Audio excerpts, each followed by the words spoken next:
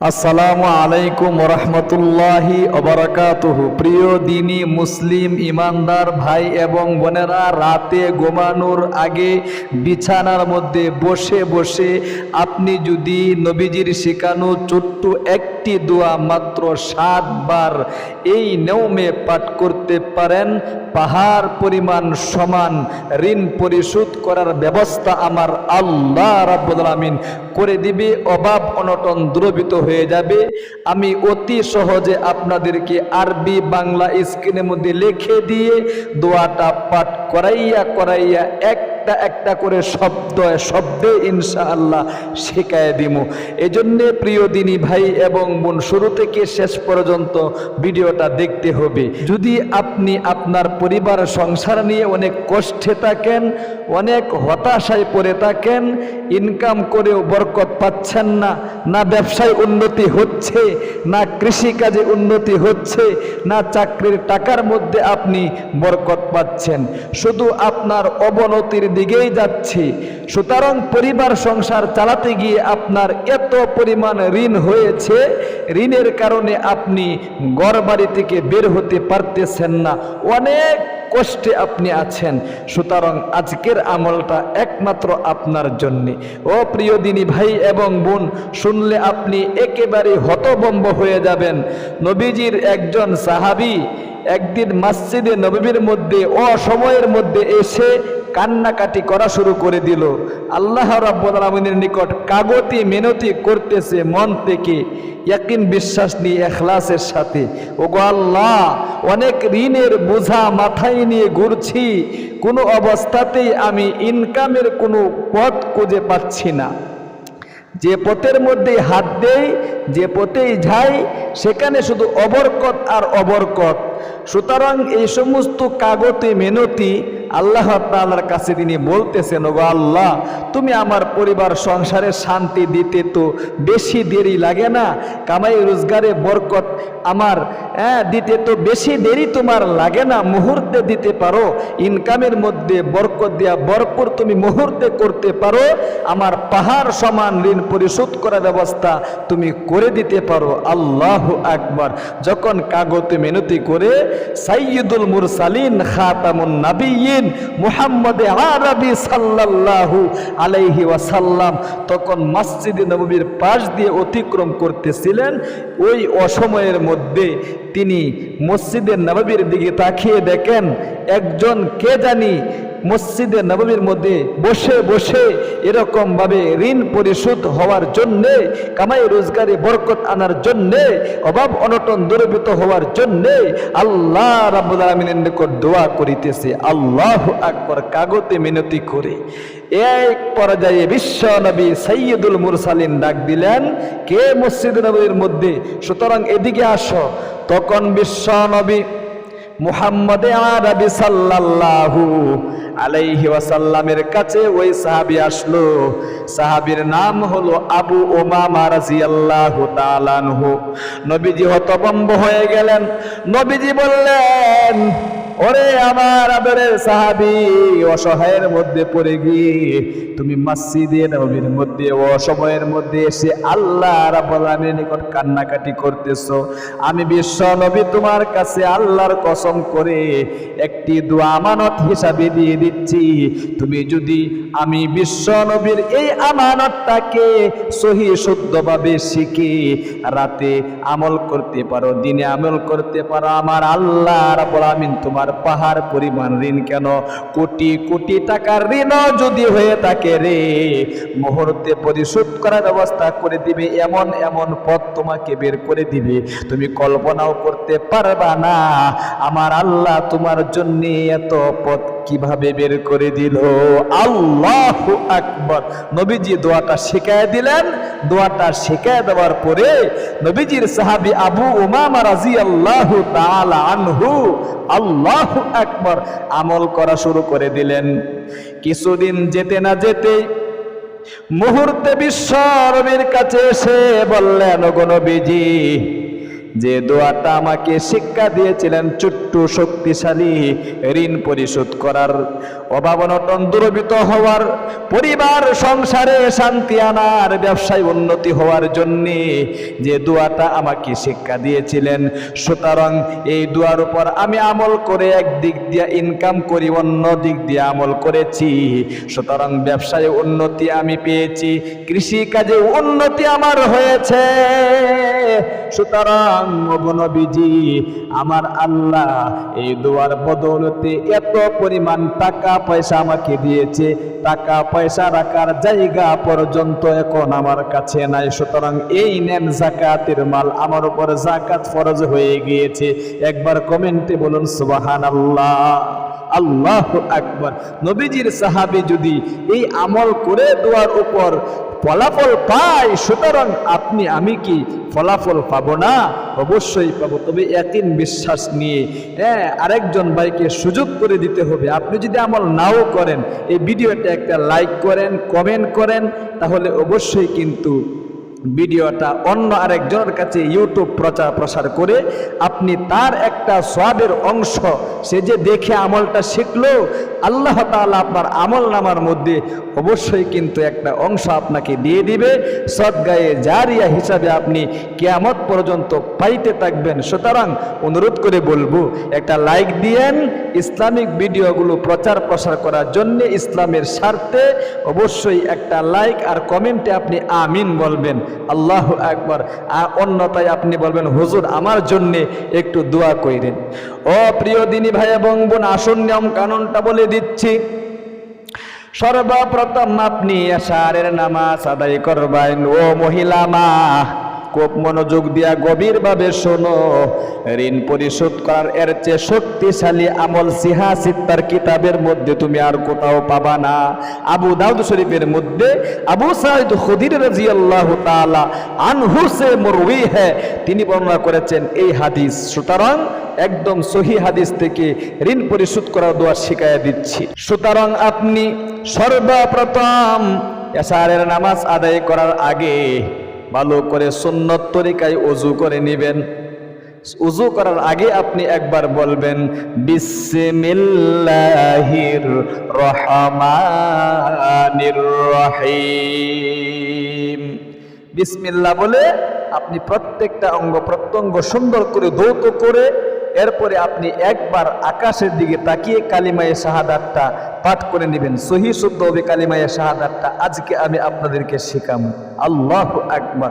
একবার কালিমায়ে শাহাদাত পাঠ করলে বিশ্বনবী মুহাম্মদ আরবি সাল্লাল্লাহু আলাইহি ওয়াসাল্লাম তিনি বলেছেন, আহারে আমার উম্মতেরা যদি একবার কালিমায়ে শাহাদাত পাঠ করতে পারে, আমার আল্লাহ রাব্বুল আমিন তার জন্য জান্নাতের 8টি দরজা খুলে দেয়। যে দরজা দিয়ে ইচ্ছে সে জান্নাতে প্রবেশ করতে পারবে, তার কোনো বাধা থাকবে না।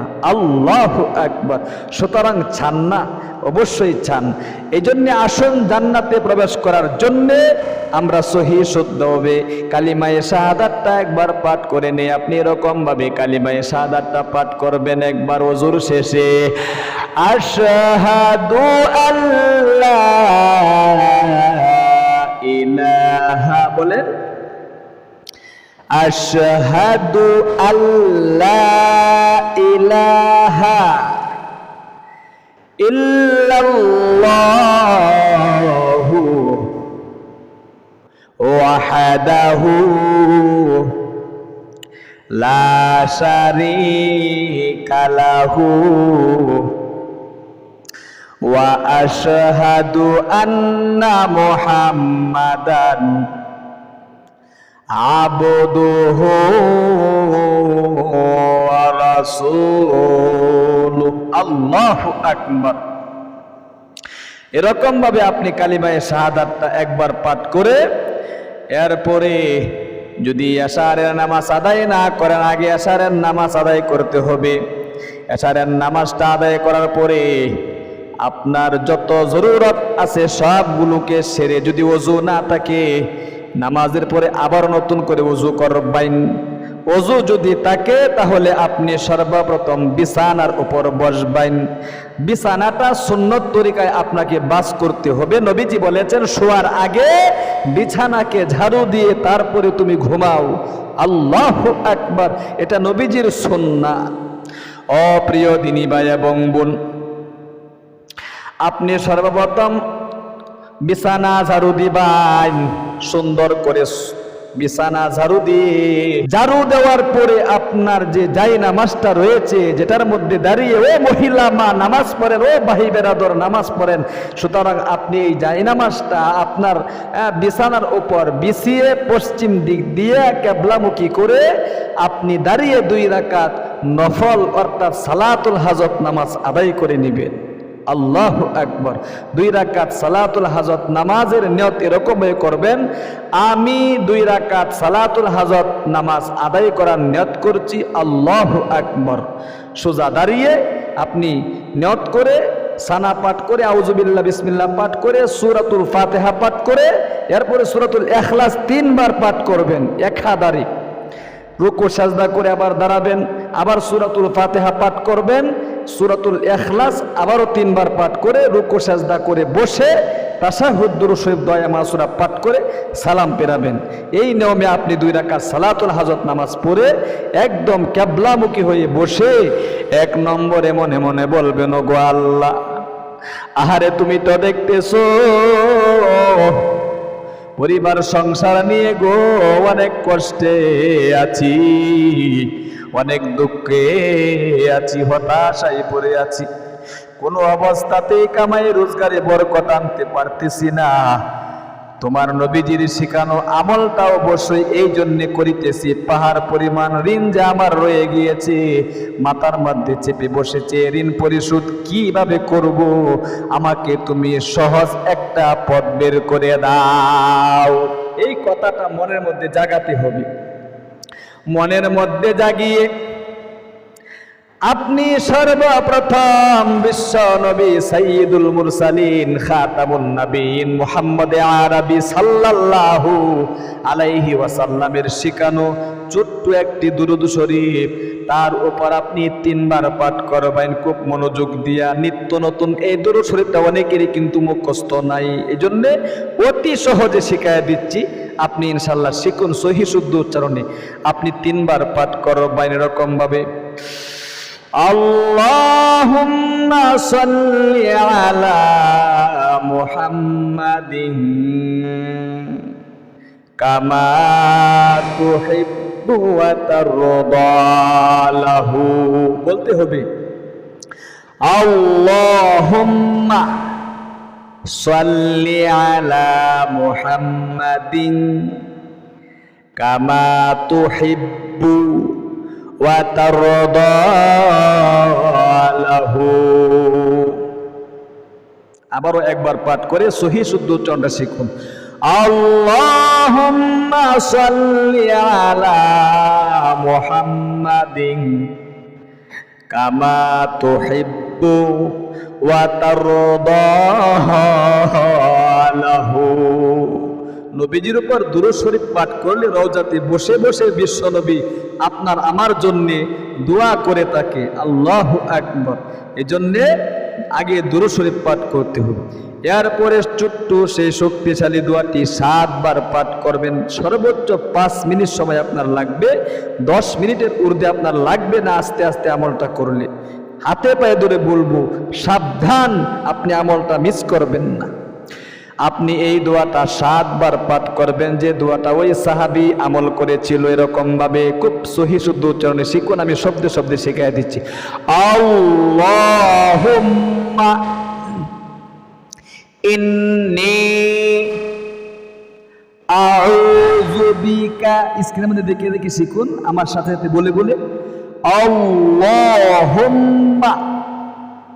ইন্নী আউযু বিকা মিনাল হাম্মি ওয়াল হাজানি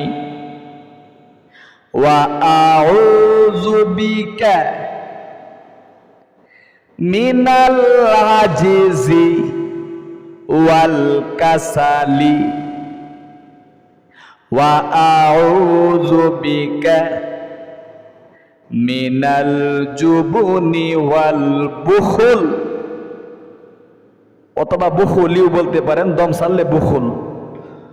ওয়া আউযু বিকা মিন গালাবাতিদ দাইনি ওয়া কাহারির রিজাল। আল্লাহু আকবার। আবারও পাঠ করে সহিহ শুদ্ধ উচ্চারণটা শিখুন একবার। আল্লাহুম্মা ইন্নী আউযু বিকা মিনাল হাম্মি ওয়াল হাযান ওয়া আউযু বিকা মিনাল আজিজি ওয়াল কাসাল ওয়া আউযু বিকা মিনাল জুবনি ওয়াল বুখল ওয়া আউযু বিকা মিন গালাবাতিদ দাইনি ওয়া কাহারির রিজাল। আল্লাহু আকবার।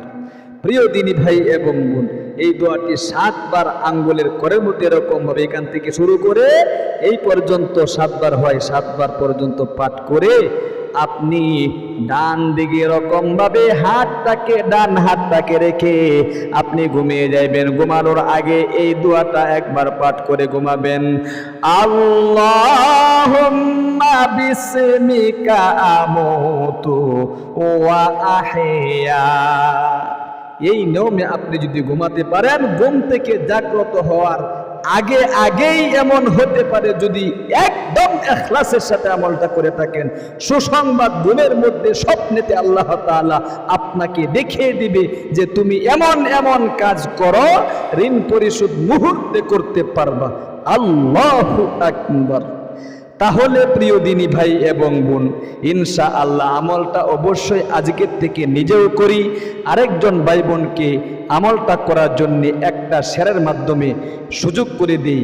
শেয়ার যদি করতে না পারি, একটা লাইক হলেও অবশ্যই করবেন, কমেন্ট করবেন, কারণ আপনি অবশ্যই একটা লাইক করলে, কমেন্ট করলে আপনার আরেকজন ভাইয়ের কাছে ইউটিউব এই ভিডিওটা প্রসার করবে।